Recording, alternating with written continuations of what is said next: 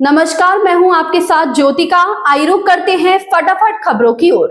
वायु गुणवत्ता प्रबंधन आयोग ने शुक्रवार 3 जनवरी को वायु प्रदूषण के स्तर में एक बार फिर उछाल के बाद दिल्ली एनसीआर क्षेत्र में ग्रेडेड रिस्पांस एक्शन प्लान चरण 3 के प्रतिबंध लागू कर दिए। ये कार्रवाई दिल्ली एनसीआर क्षेत्र के लिए समिति की ग्रेडेड रिस्पांस एक्शन प्लान के अनुरूप है।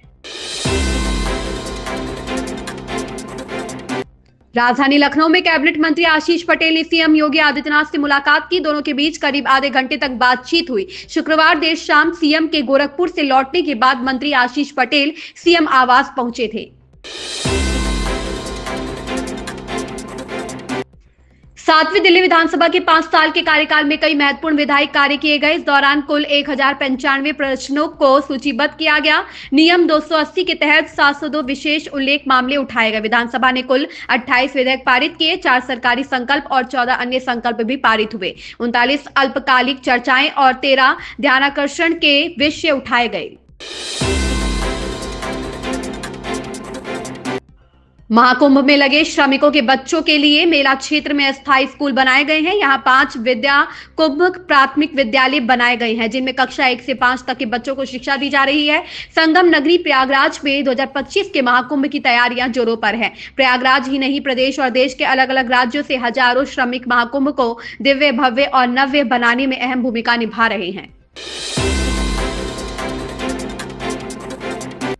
प्रधानमंत्री नरेंद्र मोदी शनिवार को राजधानी दिल्ली स्थित भारत मंडपम में ग्रामीण भारत महोत्सव का उद्घाटन करेंगे। 6 दिवसीय कार्यक्रम का विषय विकसित भारत 2047 के लिए एक ग्रामीण भारत का निर्माण है। इसके उद्देश्यों में देश के ग्रामीण बुनियादी ढांचे में मजबूती लाना, आत्मनिर्भर अर्थव्यवस्था बनाना और ग्रामीण समुदायों में नवाचार को बढ़ावा देना शामिल है।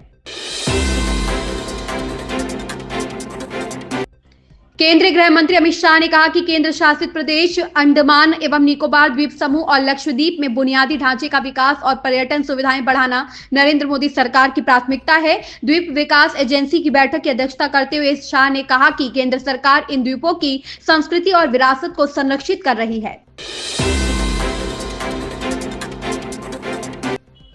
सुप्रीम कोर्ट ने कहा कि सीबीआई को विभिन्न राज्यों के अधिकार क्षेत्र में तैनात केंद्रीय अधिकारियों के खिलाफ एफआईआर दर्ज करने के लिए राज्य सरकारों की अनुमति की जरूरत नहीं है। जस्टिस सीटी रवि कुमार और जस्टिस राजेश बिंदल की पीठ ने यह टिप्पणी आंध्र प्रदेश हाईकोर्ट के आदेश को पलटते हुए की।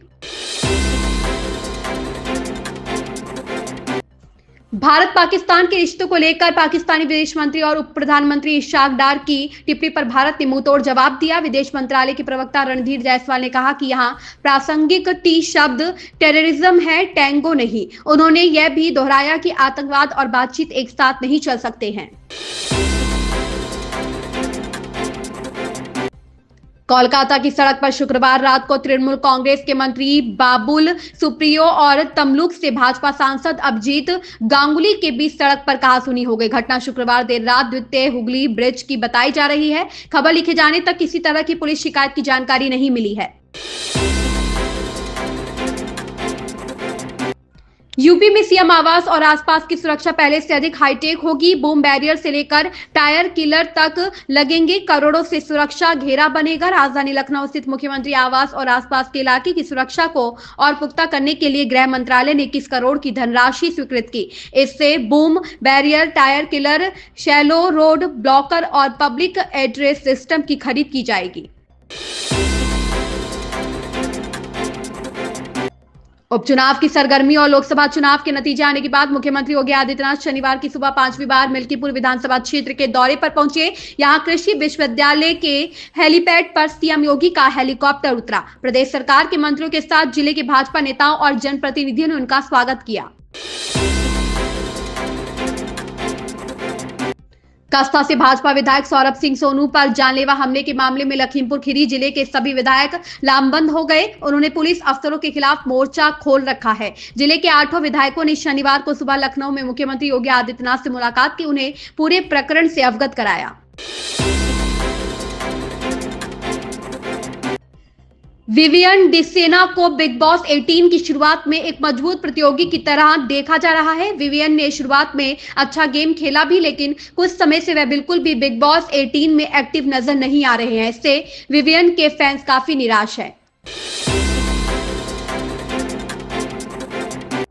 आम आदमी पार्टी के राष्ट्रीय संयोजक अरविंद केजरीवाल ने प्रेस कॉन्फ्रेंस कर एक और बड़ा ऐलान किया है। उन्होंने दिल्ली के लोगों से कहा कि गलत पानी के बिलों को ना भरें। जिन लोगों के गलत पानी के बिल आए हुए हैं उन्हें भरने की जरूरत नहीं है। चुनाव के बाद उनके गलत बिल माफ कर दिए जाएंगे।